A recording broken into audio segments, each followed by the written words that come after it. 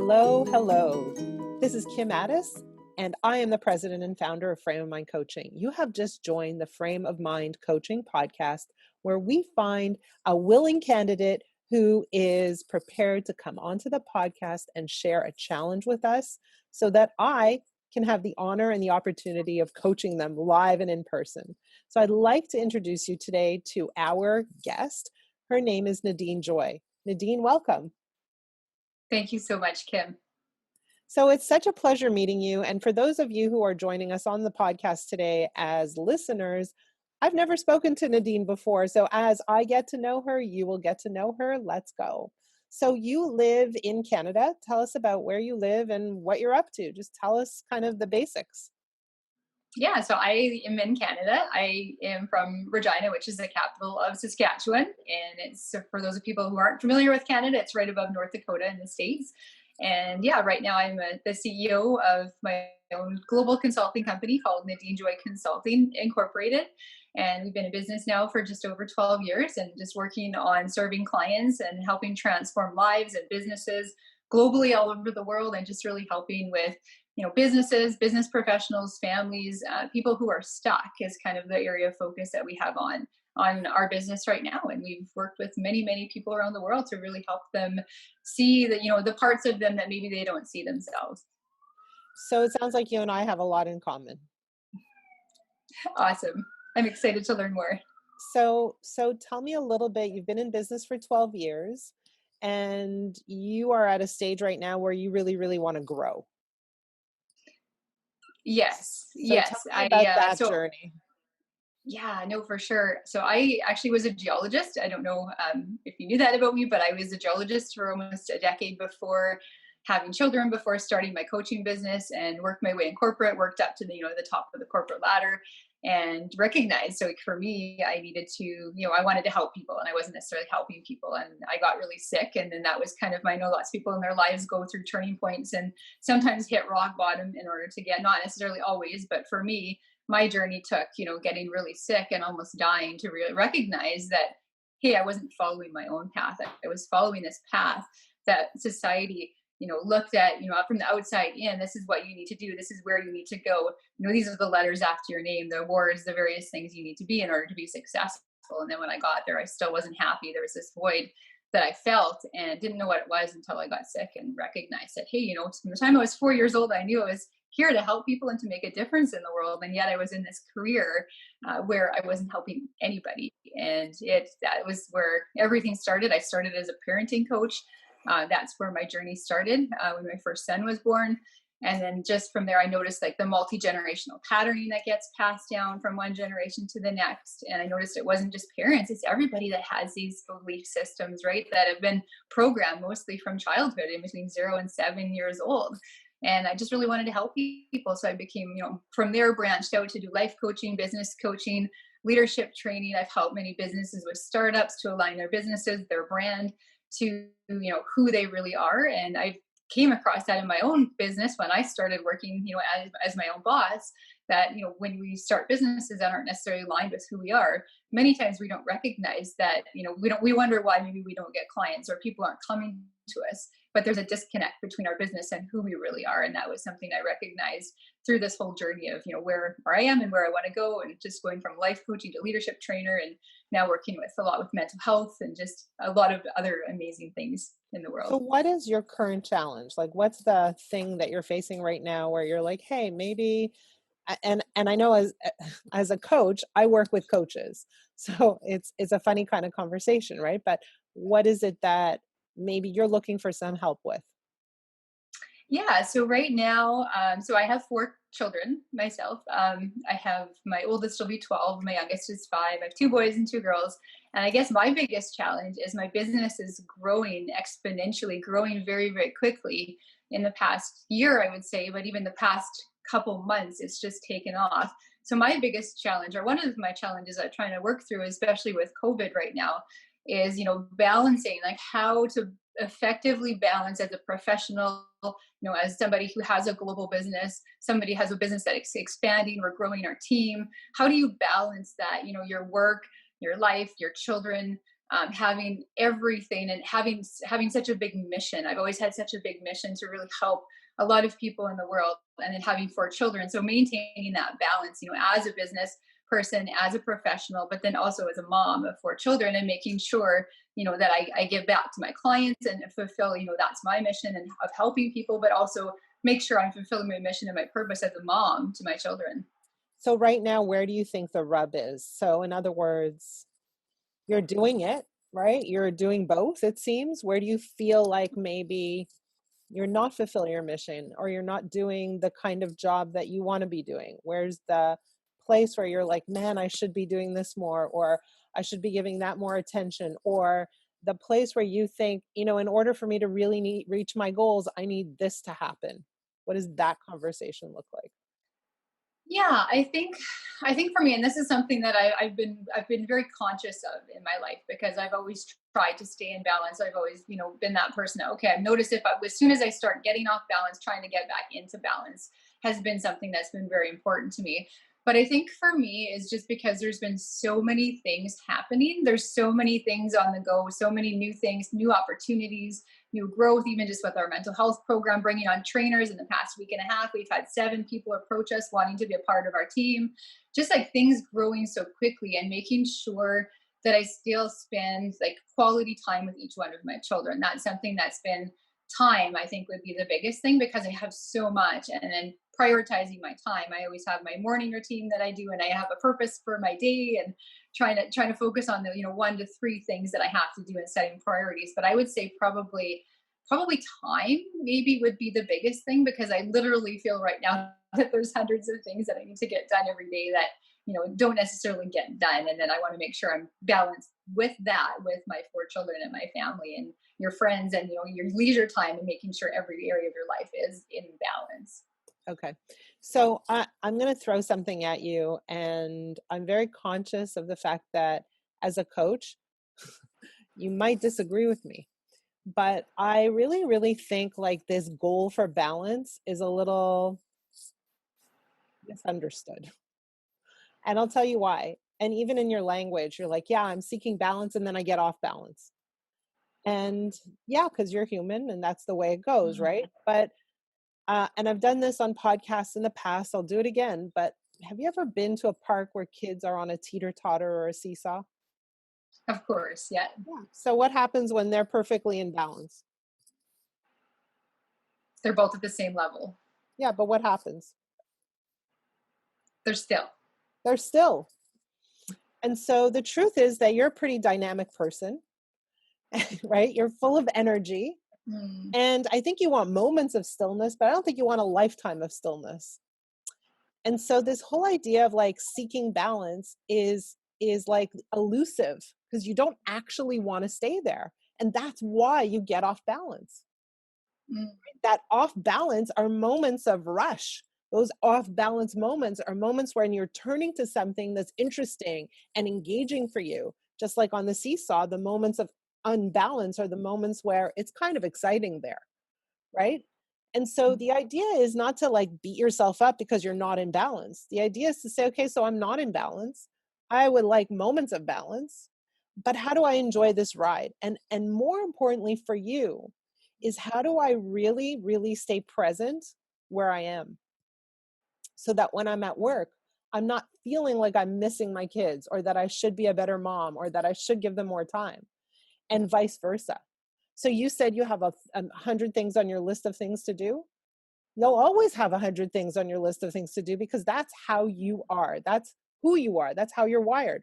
Just like me, you should actually see my list, right? And so the goal isn't to actually get it all done, because we never get it all done. The goal Mm. is really to say, am I enjoying the ride? And are my thoughts about where I should be instead of where I am preventing me from enjoying the ride? Right. And so for you, like, you're on this incredible journey, not only in terms of growing your business. I know that as my business grows, I grow as a leader. I get challenged. I become a new person, because I can't be that same Yeah. old person if I want to reach new goals. So I am being Mhm. challenged.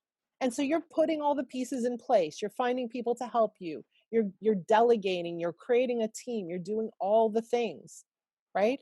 And so for you, the issue isn't finding balance. It's how do I enjoy it when the seesaw is up here? And how do I enjoy it when the seesaw is down here?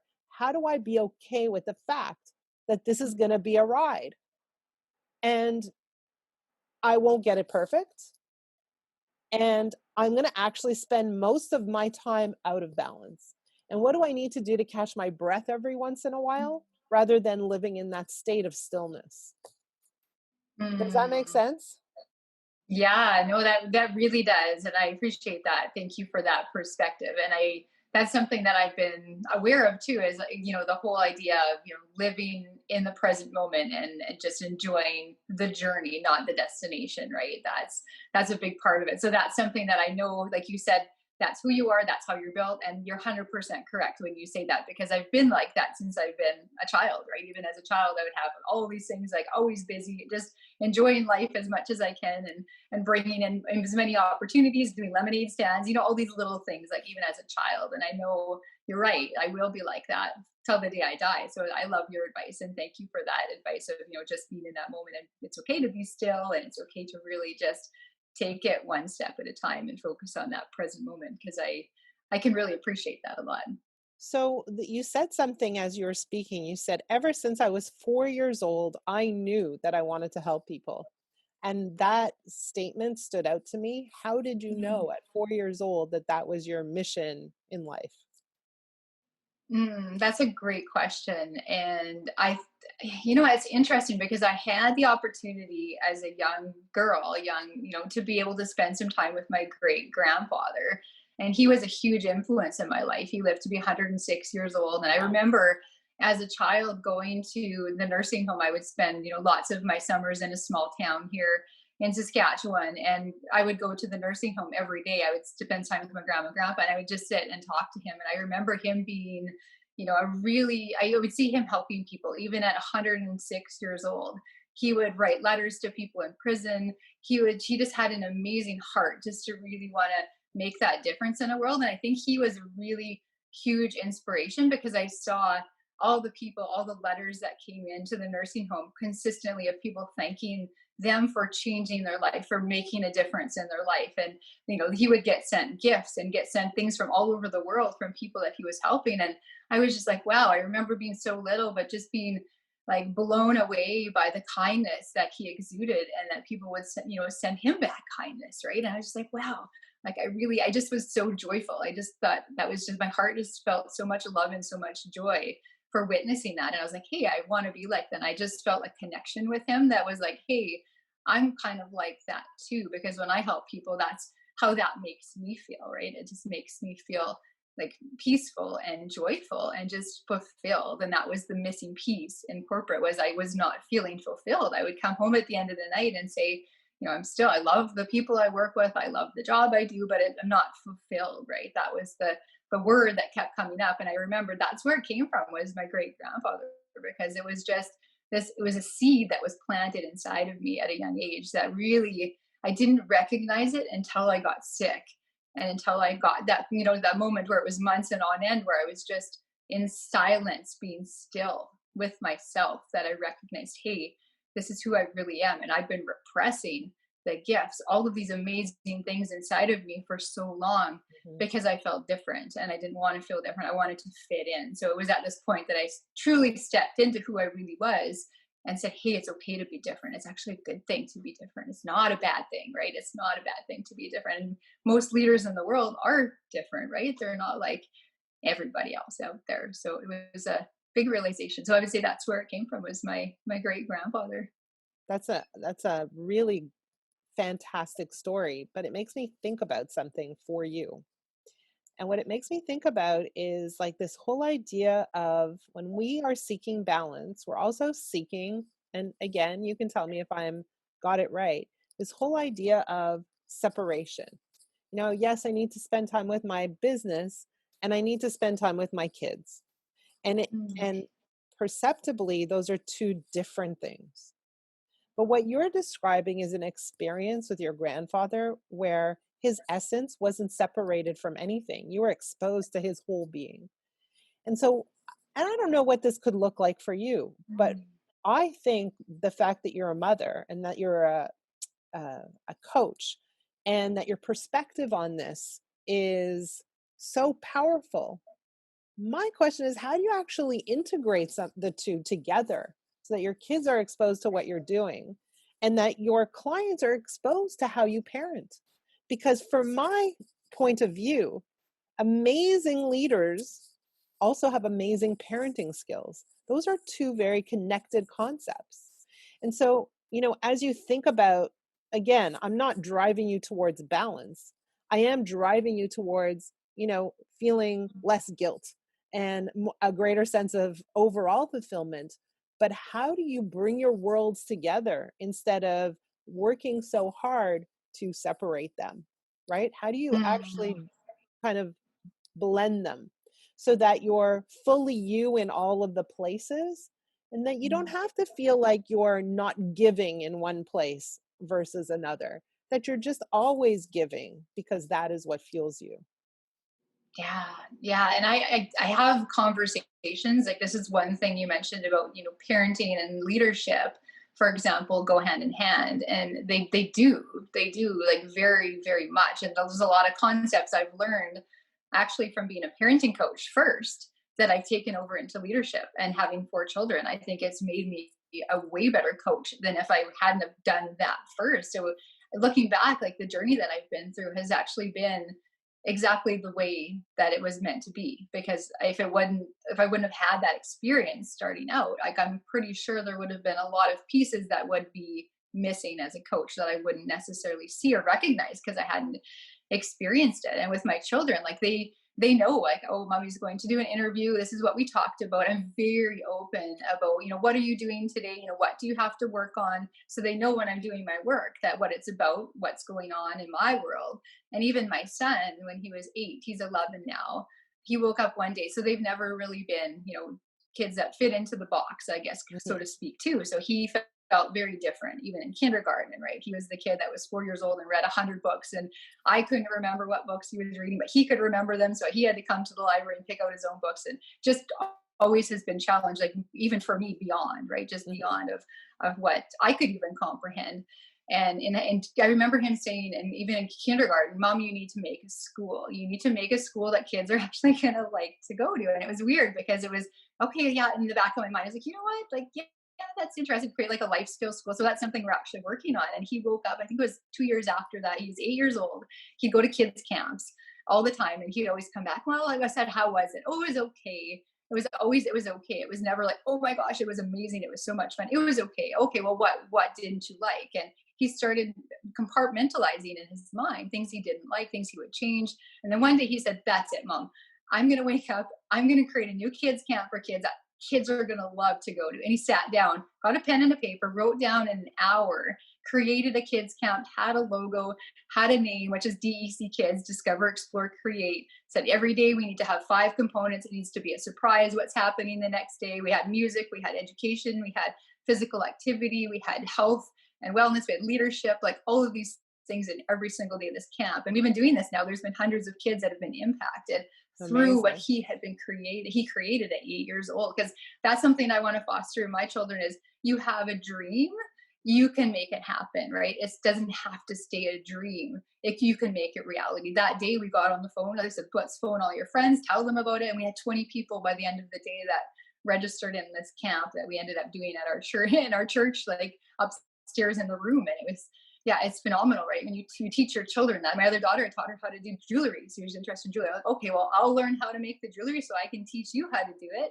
And then you can make jewelry. And we started, giving back jewelry to, she sold money and then she would give it back to a nonprofit organization down in California she was 8 years old when she did that too. Like, it's just really helping them think outside the box, right? It sounds like you're doing a great job on all fronts, to be honest. Mm, And your greatest challenge is to let go, let go. I'm doing a great job. I don't need to feel guilty. I'm doing the best that I can.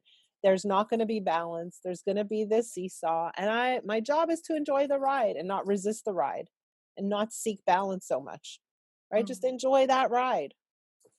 So Yeah. I hope that was helpful. I hope that it gave you some things to think about. But I'm so glad we met. I love your journey and I love the mandate Mm. you're on. I feel like we're very aligned. I too have 5 kids, by the way. So I understand Oh, I understand exactly what you're talking about. There is no question that my kids and my experience as a parent has 100% helped me understand leadership a lot mm. better, and I absolutely bring the concepts of parenting into leadership, and I think it's super powerful. But I want to thank you for being on the podcast today and sharing your story and your challenge. I do not think you're unique. I think a lot of people have that question of how do I balance things out? And so thank you for sharing that. For Mm. those of you who are listening, thank you for tuning in. If you have a challenge that you want to share on the podcast, please reach out to me. My email address is kim@frameofmindcoaching.com. And if you have a challenge that you do not want to share on this podcast, please reach out to me anyways. My email address is kim@frameofmindcoaching.com. Thank you for tuning in. Nadene, thank you for joining me. It's been an absolute pleasure to have you on today's podcast. Thank you so much, Kim, for having me. It's been an absolute pleasure to be here.